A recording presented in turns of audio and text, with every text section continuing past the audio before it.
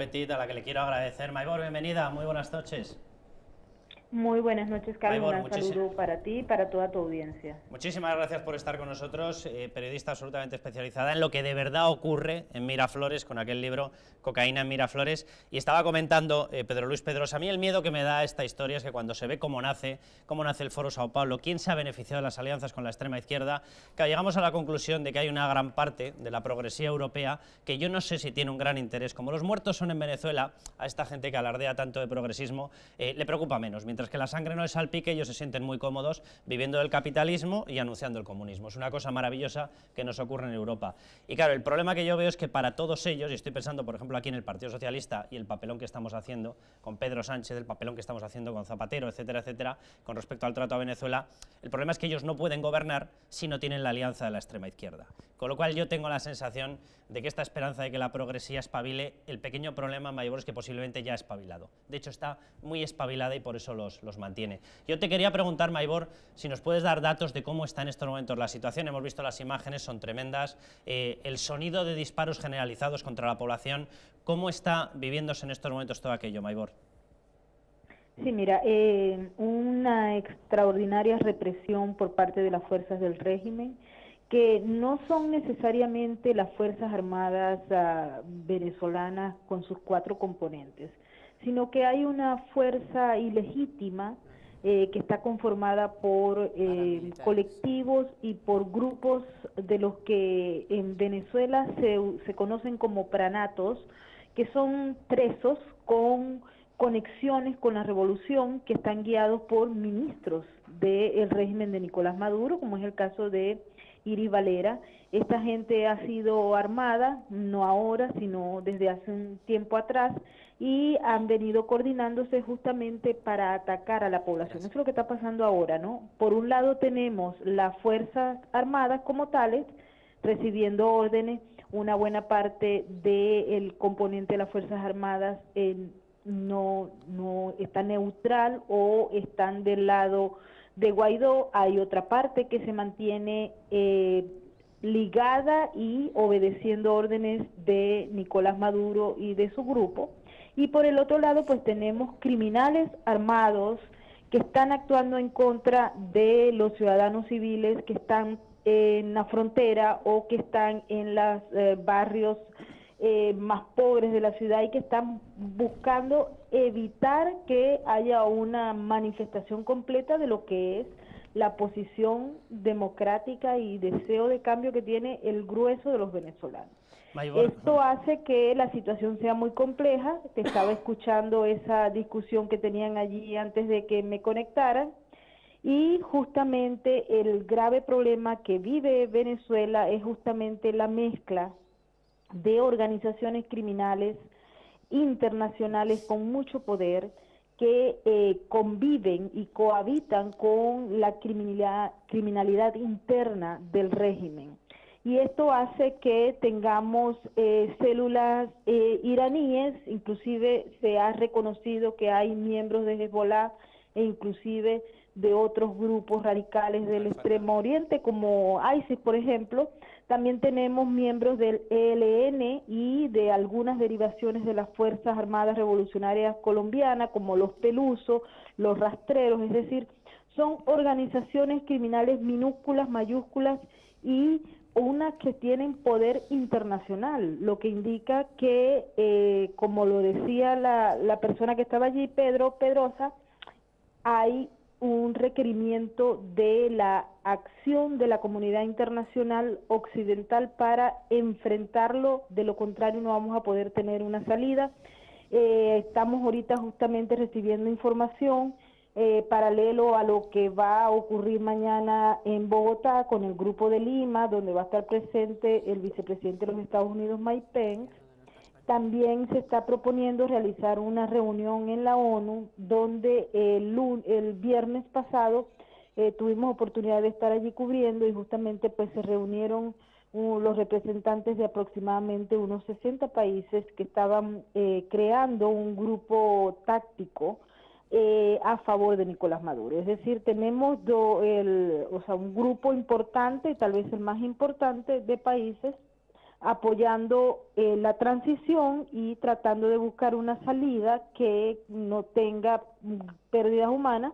Y por otro lado tenemos la conformación de grupos de apoyo a la dictadura de Nicolás Maduro, y obviamente estos grupos están encabezados por Rusia, por China, por Irán. Inclusive el viernes estuvo el representante de Norcorea y el representante de países que están en una situación no en la gravedad de Venezuela, pero sí en la misma línea, como por ejemplo Nicaragua o Bolivia en el caso latinoamericano. Maybor, déjame que te pregunte, porque la descripción que haces además es clavada a la que nos hizo hace unas semanas el presidente, que también tuvo que irse al exilio, el presidente del Tribunal Supremo venezolano, Miguel Ángel Martín Tortabú, en el que nos hablaba efectivamente, porque yo creo que mucha gente aquí en España tiene la sensación de que lo que ocurre en Venezuela es exclusivamente de Venezuela. Mi tesis es radicalmente la contraria, tú nos lo estás confirmando. La tesis que nos lanzaba el presidente del Tribunal Supremo venezolano es exactamente la misma, es decir, no estamos ante una amenaza nacional, que ya sería suficiente, desde mi punto de vista ya sería suficiente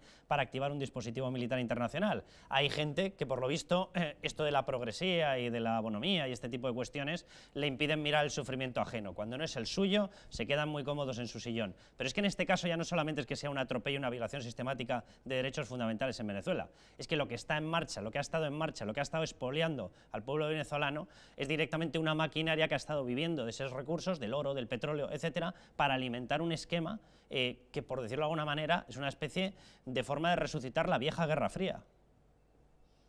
Sí, ciertamente pareciera que este escenario se está reconformando nuevamente, y lo observamos aquí en Nueva York, en la ONU, y también lo observamos en América Latina. Es muy preocupante y es importante destacar, Carlos, el asunto relacionado con el poder económico. Justamente hace poco recibí varias denuncias de ciudadanos que son parte o que trabajan en el Banco Central de Venezuela o en otros órganos que tienen que ver con las finanzas del Estado venezolano.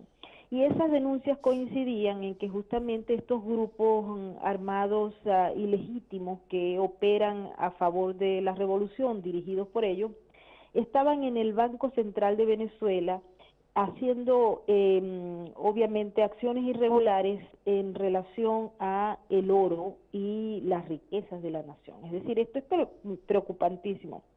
He tenido varias horas tratando de confirmar con datos cada una de esas denuncias y son espantosas.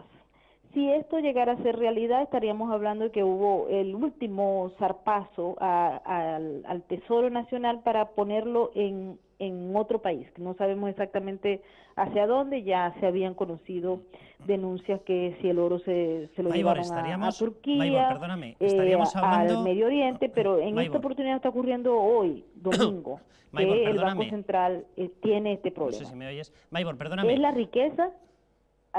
¿Estaríamos hablando del dinero depositado por venezolanos, es decir, dinero privado en bancos privados, o estaríamos hablando de las reservas del país? No, estamos hablando de las reservas, estamos hablando del Banco Central de Venezuela, y estamos hablando de las reservas de oro que todavía permanecen internamente dentro de las bóvedas. Es decir, estas denuncias señalan que hay grupos que están manejando en estos momentos el movimiento de esas reservas. Como te digo, estoy tratando de confirmar por diversas vías, y toda la información que he recibido coincide con esa denuncia original. Esto sería de verdad muy grave, y bueno, una vez que se confirme, pues hay que trabajarlo. Pero en Venezuela hay una lucha, como tú dices, es como la renovación de la Guerra Fría, que pensábamos que se había quedado agotada en el siglo XX, y esta vez con algunas innovaciones. Recordemos el asunto tecnológico, el asunto que se ha venido vislumbrando con las organizaciones terroristas que han logrado escalar, y América Latina no está justamente de manera pasiva en ese escenario de organizaciones terroristas. Lamentablemente creo que se avanzó en los últimos 20 años sin que se tomaran las medidas por parte de los gobiernos y por parte de las autoridades para evitar que se produjera una especie de penetración, eso se denunció, pero no se hizo absolutamente nada al respecto, y creo que ahora estamos viendo las primeras consecuencias de no haber tomado medidas en el momento que se requerían, ¿no? Maybor, pues ¿Qué sí. va a ocurrir? No sabemos exactamente, pero el escenario es extremadamente conflictivo. Y a todas estas, pues, los que más sufren son los que menos tienen, es la población, que además de estar con hambre, viviendo sin servicios públicos, en unas condiciones absolutamente inhumanas, ahora pues tiene que enfrentar este tipo de conflictos y la violencia permanente que ha caracterizado, en el caso de Venezuela, pues el escenario en los últimos 20 años, y se ha agudizado, ¿no? Hoy hemos recibido denuncias de toda naturaleza, como te digo, y las violaciones y la represión por parte del Estado son impresionantes. Hay que seguir denunciándolas, y lo que más importante es que hay que tomar una decisión a nivel internacional. Aquí en los Estados Unidos, te anuncio, estamos muy preocupados porque el Partido Demócrata ha ofrecido una opinión dividida en relación a lo que ocurre en Venezuela, y por ejemplo candidatos como o precandidatos a las elecciones del 2020 como Bernie Sanders se han declarado que no van a opinar al respecto y que no van a declarar a Maduro dictador.